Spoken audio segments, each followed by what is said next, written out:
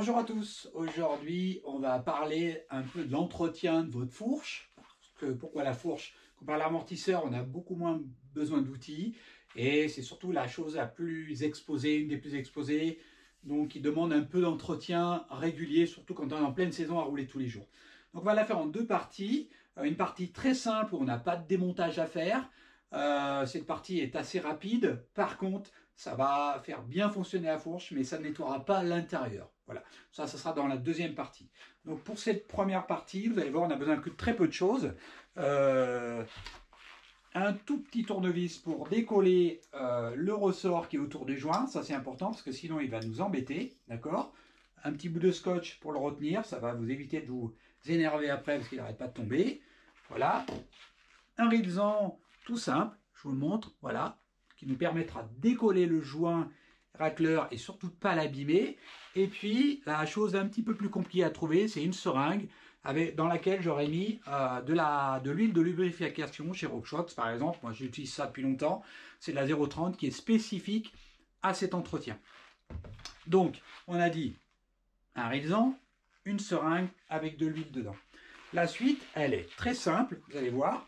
Je décolle grâce à la pointe du rilsan le joint racleur.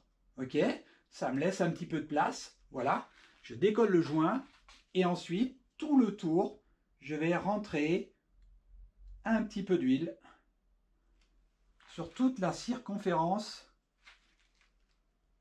du joint. D'accord? L'avantage, comme je vous l'ai dit, du rilsan, c'est que ça n'abîme pas le plongeur. Parce que si on le raye après, ben, c'est un peu compliqué, ça va fuir tout simplement et on sera obligé de changer les plongeurs. Il y en a pour des chers, donc du coup il y en a pour cher, pardon. Du coup avec le rilsan c'est très simple, très rapide et on va dire inoffensif. Attention à la seringue à pas percer le joint non plus, on fait un peu attention, mais ça vous allez voir, si vous prenez votre temps, il n'y a pas de difficulté ni de problème. Ok, on fait toute la circonférence. Forcément, on fait les deux. Vous avez vu, ça prend quasiment une minute par côté. C'est vraiment rapide et ça, vous pouvez le faire tout seul et régulièrement. À raison d'une fois par semaine, quand on est en saison, surtout quand c'est très sec et très poussiéreux. Ok, je repose mes affaires. Ben après, c'est simple, j'enlève mon scotch. Je remets, on n'oublie pas de remettre le petit ressort sur la circonférence et c'est terminé. Ça, c'est vraiment ce qui va lubrifier l'extérieur et bien fonctionner. On peut, au préalable, juste avant de commencer l'opération, je ne l'ai pas montré, mais nettoyer bien les plongeurs et les joints, c'est important de le faire. Juste avant, ça évite de rentrer une nouvelle fois, encore de la poussière ou des impuretés. Et puis voilà, on fait ça sur les deux côtés. Donc je vous disais, ça va lubrifier, ça marche très bien. Par contre, ça ne va pas nettoyer l'intérieur, d'accord? Donc ça, c'est dans la deuxième opération qu'on va pouvoir faire cela. Et je vais vous montrer un petit peu ce qui va se passer, et notamment l'outillage qu'il faut et les choses à faire. À tout à l'heure. Alors, pour cette deuxième partie de l'entretien fourche, on va voir un petit peu plus des démontages. Par contre, cette fois-ci, on va vraiment rentrer dans l'intérieur, ce qui va vraiment pouvoir permettre de nettoyer l'intérieur et surtout éviter à la fin d'une saison ce que les impuretés intérieures viennent poncer les plongeurs et c'est irréversible. Après, on ne peut plus, il faut changer les plongeurs. Donc ça, il faut le faire de temps en temps. Ce nettoyage, il est hyper important. Donc soit on démonte la fourche pour une question de facilité, soit grâce au pied, on pourrait aussi éventuellement mettre le vélo à la verticale, à l'horizontale, pardon. Je vais vous expliquer pourquoi. Il faut que la fourche ait cette position-là. Donc, dans un premier temps, on lève la fourche à l'horizontale. Voilà. Ok. Donc, soit ça serait le vélo monté sur la roue arrière, sans la roue avant forcément, pour pas qu'elle nous gêne. Donc, avec aussi l'étrier de frein démonté et tout ce qui va autour. Donc, dans un premier temps, on va enlever le jambage, d'accord? Donc sur une RockShox, c'est assez simple, il n'y a besoin que d'une clé Allen de 5. J'enlève dans un premier temps le réglage de détente. Chez RockShox, on a juste à le tirer. Chez Fox, il y a une petite pièce, une clé de 1 mm à démonter en BTR et on peut avoir accès aussi au réglage pour l'enlever. Donc, je dévisse dans un premier temps d'un ou deux tours les deux BTR de 5 mm. Voilà.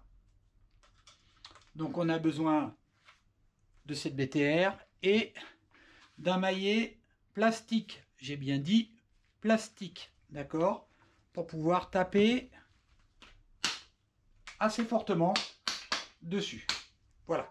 Ça va permettre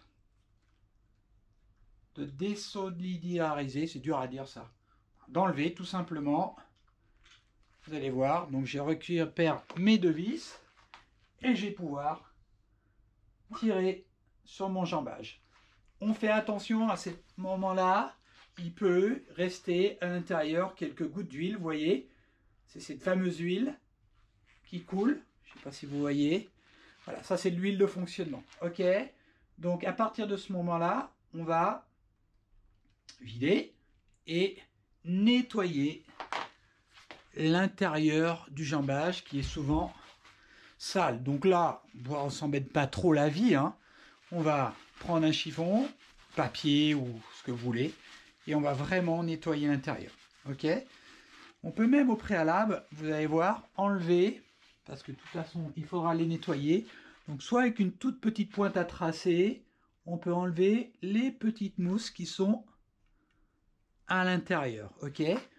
Alors elles ne sont pas éternelles ces mousses-là, hein, d'accord. Il faut souvent soit les changer, soit très bien les nettoyer. Donc à partir de là, on n'a quasiment plus rien à l'intérieur. Donc là, on va nettoyer l'intérieur des jambages. D'abord les joints, ok. Vraiment nettoyer le tour des joints. Donc c'est là où il y a vraiment la saleté qui s'y colle. Et surtout, c'est ce qui va finir par vraiment rayer vos plongeurs. Donc ça, il faut vraiment que ça soit nickel, ok. Donc comme pour tout à l'heure, nous avions mis à l'intérieur, juste avec la seringue, vous vous rappelez, j'avais mis un petit peu d'huile de lubrification. Cette fois-ci, une fois que j'aurai bien nettoyé, je vais remettre l'huile de lubrification à l'intérieur. Donc là, j'ai bien nettoyé. L'idée, c'est d'aller au fond. Il ne faut pas hésiter à aller au fond. Donc là, je montre grossièrement l'étape, mais n'hésitez pas à pousser quelque chose et après le retirer. Donc si vous mettez du papier, faites attention que ça ne se déchire pas, que ça reste au fond, parce que là, ça ne va pas être terrible. D'accord? D'ailleurs, j'en ai laissé un bout. Hop. Voilà. J'enlève ce qui me gêne. Voilà. Ok. D'accord? Une fois que notre jambage est propre, on va pouvoir, donc, en plus de l'huile de lubrification, utiliser un petit peu de butternut. Voilà, c'est de butter tout simplement. C'est de la graisse spécifique à ça, à joint, ok, qu'on va pouvoir graisser ici. Je vais poser mon jambage. Au préalable, j'aurais mis mes mousses dans de l'huile de lubrification. L'histoire, c'est de bien les nettoyer et de bien les regraisser. D'accord? Ok? Donc, on récupère nos mousses et on va les réinstaller. Voilà. Donc, attention à ne pas en mettre partout. Ok. C'est pas une opération assez facile. En plus, là, j'imagine que vous voyez rien du tout. Mais avec un petit peu de patience,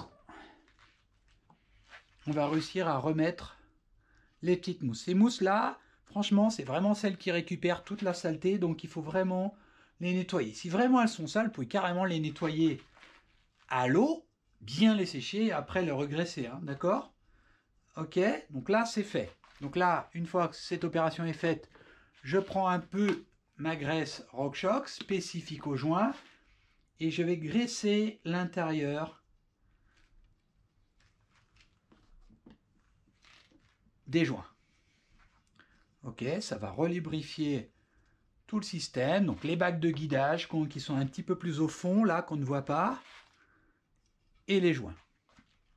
Une fois cette opération faite, je vais devoir remettre... Ah, j'ai oublié, je dois aussi lubrifier les tiges. Ok? Donc là, on est là sur la tige de compression et de détente. Ok? Et de rebond, si vous voulez. Et ici, on est sur la tige de pré-contrainte. Celle où on met l'air, ou des fois, il y a un ressort hélicoïdal. Ok? Donc ça aussi, c'est important de le faire. Avec cette graisse spécifique. Il ne faut pas mettre n'importe quoi. Pour ça, une fois que j'ai terminé de nettoyer, eh bien là, je vais utiliser une autre seringue. Donc, c'est pas la même que tout à l'heure. Avec une contenance. Ici, je vois, là, voilà, chez RockShox, chez Pike, Lyric et Yari. C'est 10 cc. Voilà, 10... ouais, bah vous verrez, hein, ce que je sais pas comment on appelle ça. 10 cc à l'intérieur de chaque tube. Attention, chez Fox par exemple, c'est 10 d'un côté et 40 de l'autre, donc il ne faut pas se tromper. Et eux, ils préconisent des huiles aussi spécifiques un peu différentes. Alors voilà, moi j'ai pas toutes les huiles, j'ai une RockShox ici, donc je mets de l'huile RockShox. Mais chez RockShox, par exemple, c'est une 36, ils parlent de 10 d'un côté et 30 de l'autre. Voilà. Et avec de l'huile téflonnée en plus. Donc voilà, à bien vérifier chez le constructeur quel type d'huile il faut mettre. Ok? Donc là, j'ai mis de chaque côté mon huile de lubrification, enfin mon lubrifiant et mon huile de fonctionnement. Ok? Et ensuite, bah, je vais pouvoir remonter. C'est pour ça que c'est important de la laisser à l'horizontale. Je vais pouvoir remonter mes deux plongeurs, enfin mon plongeur, pardon, si j'y arrive. Voilà. Ok. Alors, des fois ça va nickel, puis des fois ça demande. Voilà. Ok. Ouais. Hop. Voilà. Donc là, le fait que la fourche soit à l'horizontale, l'avantage c'est que l'huile que j'ai mise reste dedans. D'accord? Ensuite, bah, je reprends mes vis, hein, tout simplement. Voilà. On ne se trompe pas, hein, ça c'est celle de détente, d'accord? Donc c'est celle qui permet de faire le réglage. Donc inversez pas, hein, parce que vous ne pourrez plus changer vos réglages. Et ce ne sera pas terrible. Je reprends la BTR de 5. Et je resserre. Alors, pas comme un fou, hein, surtout que là c'est une vis alu voilà, qui peut casser assez facilement. Donc il faut bloquer. Ok? Voilà, là, de l'autre côté, c'est une vis acier qui est beaucoup plus solide, mais c'est pareil, on ne va pas arracher tout le système, ok? Et après, je remets mon réglage. Vous avez vu, ça n'a pas pris des mille et des cents. Le plus long, c'est de nettoyer l'intérieur du jambage. Ensuite, après, si on a les outils et ce qu'il faut, il y a rien, c'est très très rapide. Je n'ai pas parlé de la précontrainte d'air, je ne l'ai pas vidé, je n'en vois pas l'intérêt. Certains le font, d'autres pas. Moi, perso, je ne l'ai pas fait. Voilà, à partir de là, je sais que ma fourche a marché. Et puis voilà. Si, dans le cas où vous enleviez l'air de votre précontrainte, bah, vérifiez combien il y en a dedans. C'est essayer de savoir ou noter, parce que sinon, après, vous allez être perdu si vous n'avez pas l'habitude. Et puis sinon, voilà. On est à peu près bon. Donc, je revérifie après si ma fourche fonctionne. Donc, je n'hésite pas à la poser par terre. Voilà. Et là, vous allez voir, ça coulisse quasiment tout seul, bah parce qu'on est très bien lubrifié, nettoyé, et voilà. Vous allez voir, il y a un petit peu d'huile et de graisse qui ressort, mais ça c'est tout à fait normal sur les premières utilisations, et ensuite après ça fonctionne. Voilà. Ça c'est vraiment l'entretien basique. Vous avez vu, on a besoin qu'une clé comme ça, l'huile forcément un petit peu avant, et un petit peu de graisse pour les joints racleurs. Si vous le faites régulièrement, il faut le faire de temps en temps. Alors, vous avez vu, soit on tire les joints que j'ai montré tout à l'heure et on fait, ça marche bien, mais ça ne nettoie pas. Ça, on peut le faire une fois par mois facilement ou tous les 15 jours parce que c'est ce qui vraiment c'est ce qui protège les plongeurs, hein, de ne pas enlever la nauséation et puis après c'est irréversible, il faut changer et ça coûte cher. Donc en faisant ça, la fourche marche très bien et vous la garantissez. On n'a pas parlé de changement de joint complet, où là, c'est un service beaucoup plus complet, où ça demande un petit peu plus d'outillage, un petit peu plus de connaissances. Moi, personnellement, je vous laisserai aller voir votre vélociste ou des gens spécialisés pour ça, qui vont le faire très très bien, voire même vous la préparer en fonction de vos envies et vos besoins. J'espère compris, encore une fois. N'hésitez pas à m'appeler, à me contacter si vous avez besoin de nouveaux renseignements et de détails supplémentaires. À très bientôt. Salut.